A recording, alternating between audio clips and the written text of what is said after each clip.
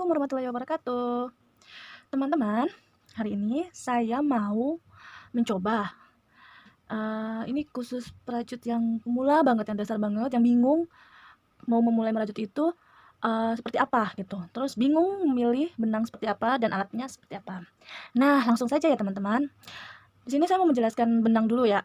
Banyak bagian jenis-jenis benang, tapi yang saya review di sini adalah benang-benang yang saya punya, yang sering digunakan. Yang pertama yaitu benang poli atau polyester. Nah, benang polyester ini banyak banget mereknya. Ada yang polyester polycherry, ada yang polyester polyindo, dan poli-poli lokal ataupun import lainnya. Benang itu seperti ini teman-teman. Nah, ini saya gunakan poli kilap. Jadi bentuknya mengkilat seperti ini. Ada yang poli doff, dia bentuknya nggak kilap. Tapi di sini nggak saya tampilkan. Mungkin next bisa ya. Nah, lanjut. Di sini ada benang katun. Benang katun itu juga banyak jenisnya ya teman-teman. Di sini saya punya benang katun Bali yang biasa sering kita ketemuin di Indonesia. Itu banyak sekali benang katun Bali seperti ini bentuknya. Terus di sini ada benang katun milk katun. Nah, milk katun big play seperti ini bentuknya. Beda ya, walaupun sama-sama benang katun, tapi dilihat dari tampilan itu cukup beda ya teman-teman. Lihat, memang ukurannya juga beda, cuman saat dilihat dengan detail, milk katun itu dia lebih cenderung seperti wool gitu. Tuh. Kalau ini katun 100% katun, kalau yang ini ada campurannya 70% katun kalau nggak salah, yaitu campurannya akrilik atau apa gitu. Nah, jadi dia lebih lebih kalau dibilang lebih berbulu ya kalau milk katun ini ya. Tapi milk katun ini cocok digunakan untuk wearable atau rajutan yang bisa dikenakan di badan seperti baju, topi, sepatu bayi, jaket dan lain sebagainya. Tuh, tampilannya itu gini teman-teman. Jadi katun biasa sama katun milk katun itu, katun Bali itu ya cenderung apa ya dibilang ya berbulu gitu ya. Kalau katun biasa itu dia nggak berbulu, jadi dia seperti katun-katun pada umumnya, lembut, sama-sama dingin, cuman beda tampilannya aja ya teman-teman. Nah, di sini ada benang wool.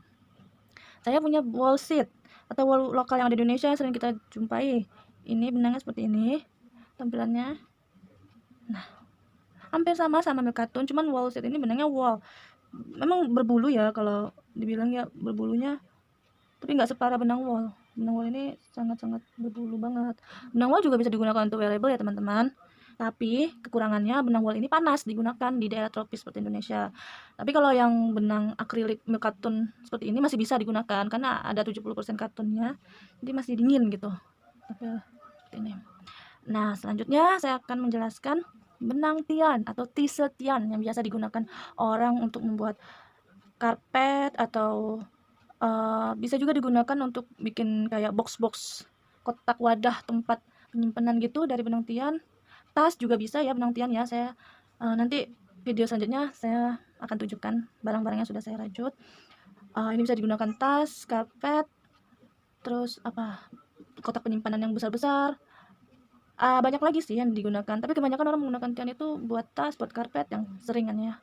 Benang tian ini ada dua jenis, ada yang stretch seperti ini, yang melar ya teman-teman, dan ada yang tidak melar seperti ini. Nah, sama halnya kaos. Kalau kaos di rumah yang kita gunakan itu kan ada kaos yang melar dan ada kaos yang enggak melar. Nah, kalau buat perajut biasanya enakan yang melar karena lebih gimana ya, lebih soft aja di tangan. Kalau yang enggak melar ini kayaknya kasar di tangan, kadang suka bikin jari cedera juga karena dia keras gitu, hasil akhirnya dia kaku. Kalau yang straight ini hasil akhirnya dia lentur, enak digunakan juga. Nah, sekarang lanjut di bagian alat yang digunakan.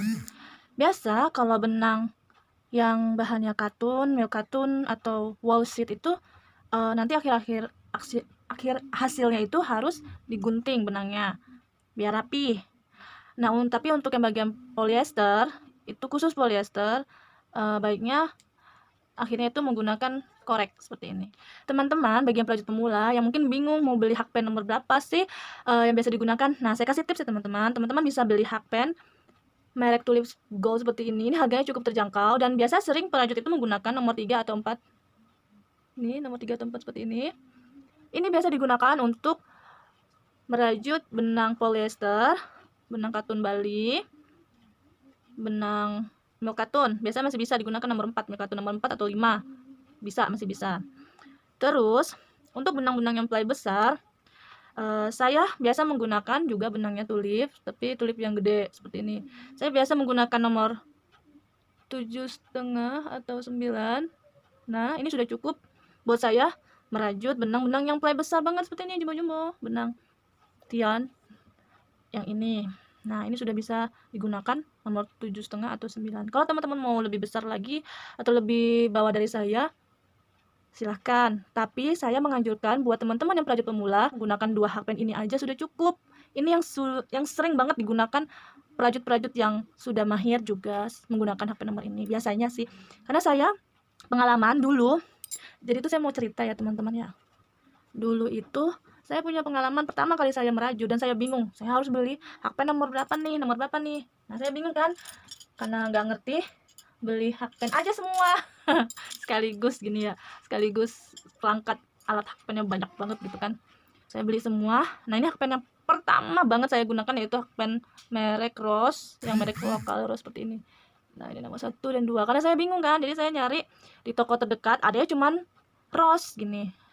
Di toko yang dekat rumah saya cuman jual hakpen Rose seperti ini gitu, dan ini sangat murah banget, sangat terjangkau di kalangan manapun, menengah atas bawah juga terjangkau. Tapi saya tidak recommended ya teman-teman buat tangan kita pegal dan kapalan.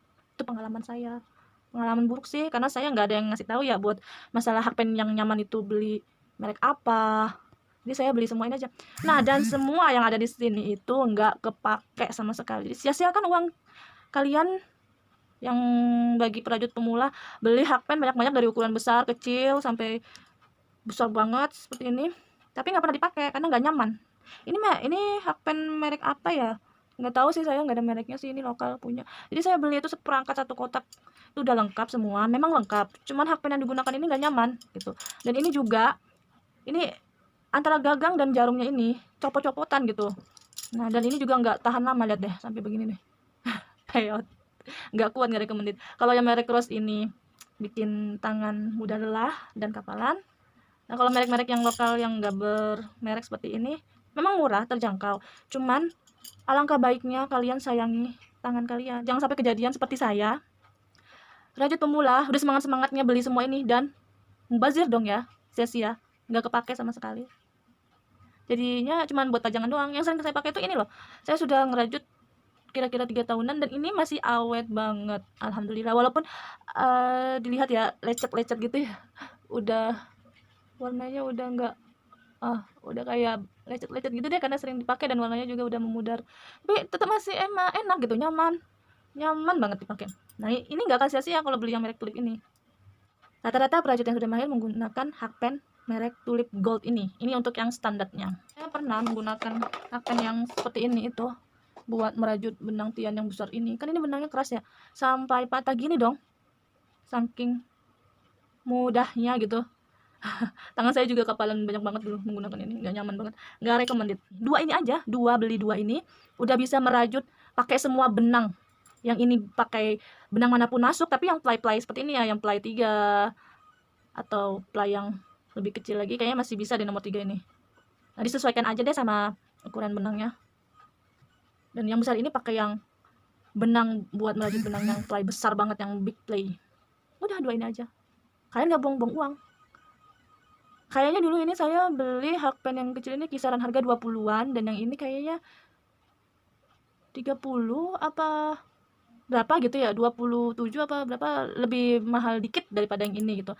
Kisaran harganya sekitar segitulah teman-teman. Dan masih terjangkau banget, awet sampai bertahun-tahun. Nah, teman-teman, sebagai tambahan alatnya, biasa saya menggunakan jarum tapestri. Jarum tapestri ini bentuknya seperti ini ya teman-teman. Jadi itu lubang belakangnya itu lebar seperti ini, dan untuk jarumnya itu tumpul, tidak runcing.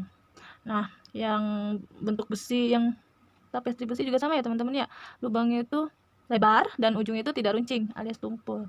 Ini biasa digunakan untuk hasil akhir saat merapikan sisa-sisa benang pada rajutan. Dan kemudian alat tambahannya itu ada marker atau penanda awal rajutan. Jadi kalau merajut itu kan itu ada rows atau baris tingkatan kita rajut. Jadi kalau kita nggak menggunakan penanda, kita mungkin akan lupa kira-kira tadi awalnya itu ada di mana ya rajutannya. Nanti saat merajut akan saya perlihatkan cara menggunakan ini